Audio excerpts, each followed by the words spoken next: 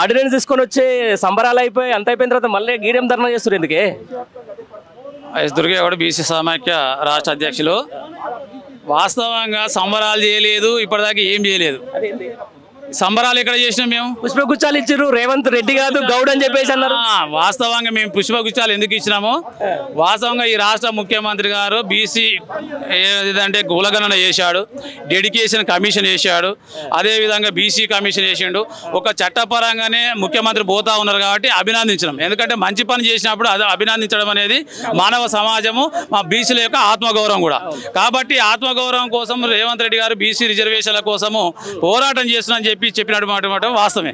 కానీ ఈ రాష్ట్ర ప్రభుత్వం ఏం చేస్తూ ఉంది? ఈరోజు మేము ఏం చెప్పాము మొదటి నుంచి, బీసీ రిజర్వేషన్లు 42% అమలు కావాలంటే 9th షెడ్యూల్లో బీసీ రిజర్వేషన్ బిల్లును చేర్చాలి. మీరు పార్లమెంటులో చర్చ పెట్టాలి, పార్లమెంట్లో చట్టం చేసేస్తే తప్పితే దీనికి ఆమోదం లేదని చెప్పి మొదటి నుంచి చెప్తా ఉన్నాం. ఇప్పుడు ఈ రోజుకు సంబంధించిన పార్టీ పరంగా ఇస్తామని చెప్పి అదంతా అయిపోయింది. 9th షెడ్యూల్, పార్లమెంటు బిల్లు, రాజ్యాంగ సవరణ గురించి ఎవరు అంత సిద్ధతోటి పనిచేసే పరిస్థితి లేదు. ఇక్కడ జయలలిత ఇక్కడ వీళ్ళందరూ కూడా రెడ్లు, తర్వాత వేరే పాలిపాలన, ఇదంతా ఒక ఏర్పాటు లైన్. పార్టీ పరంగా రేపు పోతామని చెప్పి సాక్షాత్తు కేబినెట్ నిర్ణయించింది. నిజంగా అట్నే పోతే నిజంగా బీసీలకు న్యాయం జరుగుతుందని మీరు అనుకుంటున్నారా? నిజంగా ఇంత మోసం చేసి అంటే కామారెడ్డి డిక్లరేషన్ ప్రకారం బీసీలను 56% ఉన్నటువంటి బీసీలను మోసం చేసినటువంటి పార్టీకి ఏ విధంగా బుద్ధి చెప్పాలనుకుంటున్నారు? మీ భవిష్యత్ ప్రణాళిక ఏంటి? పార్టీ పరంగా ఇచ్చేది భిక్షమా మాకు? పార్టీ పరంగా ఎందుకు ఇస్తావు? పార్టీ పరంగా ఇచ్చే ఉంటే 2 సంవత్సరాల కిందనే చెప్పేది ఉంటేవి. దీనికి ఇంత తతంగం ఎందుకు, ఇంత మంత్రాంగం ఎందుకు, ఇంత మోసం ఎందుకు, ఇంత వంచన ఎందుకు, ఇంత దగా ఎందుకు?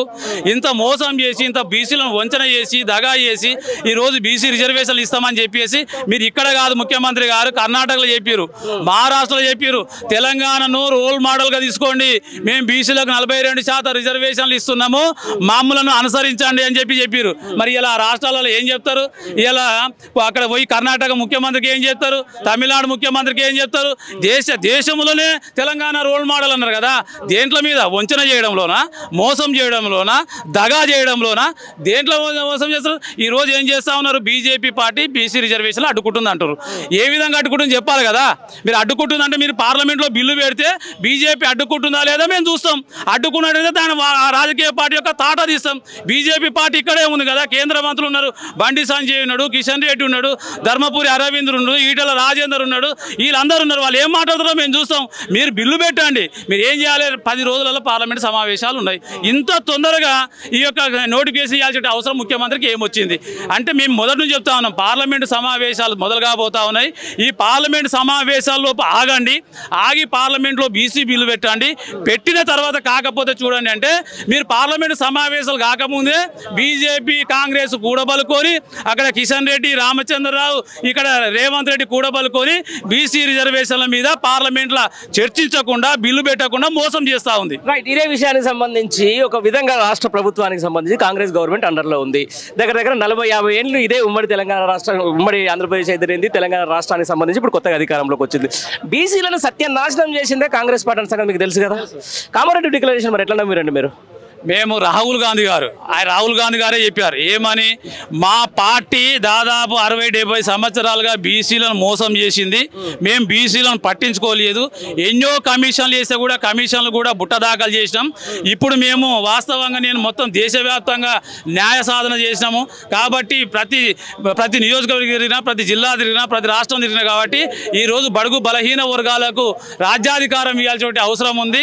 మా లోపల మార్పు వచ్చింది, మేము ఖచ్చితంగా రిజర్వేషన్లు ఇస్తామని చెప్పేసి రాహుల్ గాంధీ గారు మేము మారినాం అని చెప్పాడు. మారినాం అని చెప్పేసి మారిన అంటే తెలవాలంటే ముందు వీళ్ళు పెట్టాలి కదా.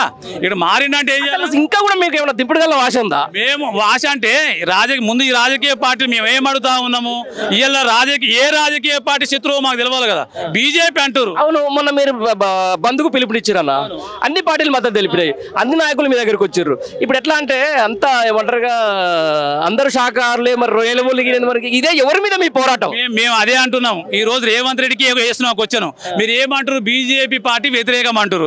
మరి బీజేపీ పార్టీ వ్యతిరేకం అయితే బంధువులు ఎందుకు పాల్గొన్నది? అసెంబ్లీలో తీర్మానం ఎందుకు పెట్టిరు? 3 పార్టీల మీద చేయాల్సింది ఎవరు అసలు? ఏ పార్టీ చేయాలి? ఇది ఇప్పుడు అధికారంలో ఉంది కాబట్టి కాంగ్రెస్ పార్టీ. సింపుల్ అన్న ఒకటి అంటే మనం ఇది ఇట్స్ నాట్ ఏ డిబేట్. నేను ఏమంటున్నా అంటే ఒక సింపుల్ లాజిక్. ఈ రోజు అధికారంలో కేంద్రంలో బీజేపీ ఉంటుంది, రాష్ట్రంలో కాంగ్రెస్ ఉంటుంది, రైట్? ఈ విషయానికి సంబంధించిన దాంట్లో ఇప్పుడు 9th షెడ్యూల్ ఎవరు చేర్చాలి? కాంగ్రెస్ పార్టీ పెట్టాలి, దాన్ని ఎవరు పాస్ చేయాలి? బీజేపీ చేయాలి, దాని రాజ్యాంగ సవరణ సంబంధించిన దాంట్లో ఎవరు ముందు పడాలి? బీజేపీ పార్టీ పడాలి. ఇక్కడ మరి కాంగ్రెస్ ఏం చేస్తుంది? కాంగ్రెస్ బిల్లు పెట్టాలి కదా, మరి బిల్లు ఆల్రెడీ పెట్టి మేము రాష్ట్రపతి చేతిలో పంపించినట్టు బిల్లు ఇక్కడ రాష్ట్రపతి నుంచి పార్లమెంట్ సమావేశంలో పెట్టమన్నాం. పోయిన పార్లమెంట్ సమావేశంలో పెట్టలేదు, ఈ పార్లమెంట్ సమావేశంలో కూడా బీసీ బిల్లు పెట్టమన్నారు. ఎక్కడ పెట్టారు? నిజంగా మీకు 235 మంది అన్న వాస్తవంగా ఆపరేషన్ సింధూర్ మీద రాహుల్ గాంధీ గారు వారం రోజులు స్తంభింపజేసారు. గుజరాత్ లో అదే మన బీహార్లో ఎన్నికల మీద ఓట్ల మీద చేసిరు. అన్న దుర్గన్న మీరు ఏమంటారు అంటే ఇప్పటికీ ఇదే రేవంత్ రెడ్డి దగ్గర దగ్గర 56 సార్లు ఢిల్లీకి పోయిండు. వేరియస్ అంశాల మీదనో దాని మీదనో కాంట్రాక్టులో కమిషన్లో అది మొత్తం ఒక్క రోజున బీసీ సమస్యల మీద మరి బడేబాయ్ చోడబాయ్ అంటారు కదా, మరి ఏమన్నా చేసిందని మీకు ఏమన్నా దృష్టికి వచ్చిందా? ఏ ఒక్క రోజు కూడా ప్రధాని ముందు ఈ అంశమే ప్రస్తావించలేదు. మేము మొదటి అదే చెప్తాం కదా, ఆయన చిత్తశుద్ధిరా లేదు లేదనే చెప్తా ఉన్నాం. మేము కాంగ్రెస్ పార్టీకి చిత్తశుద్ధి లేదనే చెప్తా ఉన్నాం. మీ చిత్తశుద్ధిని ఇట్లా నిరూపించుకోవాలంటే ఖచ్చితంగా ఇప్పుడు అవకాశం వచ్చింది మీకు. డిసెంబర్ మొదటి వారంలోనే పార్లమెంట్ సమావేశాలు ఉన్నాయి. ఇంత తొందరగా ఈ రోజు ఎన్నికల నోటిఫికేషన్ చూడే అవసరం మీకు ఎందుకు వచ్చింది? ఈ 10 రోజులు ఎన్నికలు అంటే ఆయన ఏమంటుండు? 3,000 కోట్ల రూపాయలు మాకు ఆడ బ్లాక్ అయిపోతా ఉన్నాయి అంటాడు.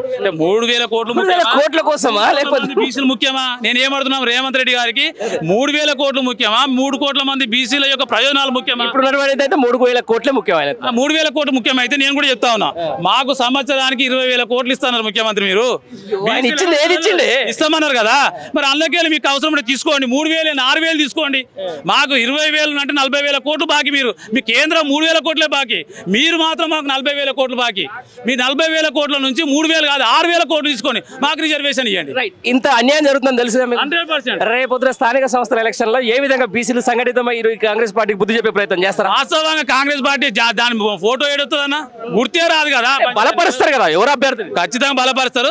ఖచ్చితంగా బీసీలు కర్ర కాసి వాత పెట్టడానికి సిద్ధంగా ఉన్నారు. గ్రామీణ ప్రాంతాల్లో ఇప్పటికే ఎంపీటీసీలు జడ్పీటీసీలు నామినేషన్లు చేశారు. వాళ్ళ యొక్క మనోభావాలు దెబ్బతిని కూర్చున్నాయి. ఇలా నోటి కాడు ముద్ద ఇట్లా పెట్టి గుంజుకుంటే వాడు ఊకుంటాడా? కాకపోతే నివురు కప్పిన నిప్పులాగా బీసీలు చూస్తూ ఉన్నారు. వీళ్ళ ఆటలు వీళ్ళ డ్రామాలు ఏంటని చూస్తూ ఉన్నారు. ఇప్పటి ప్రతి ఒక్క బీసీకి తెలిసిపోయింది. ఖచ్చితంగా రేపు రాబోయే రోజుల్లో ఈ ఎన్నికలని వీళ్ళ యొక్క బండారం బయటపడుతుంది.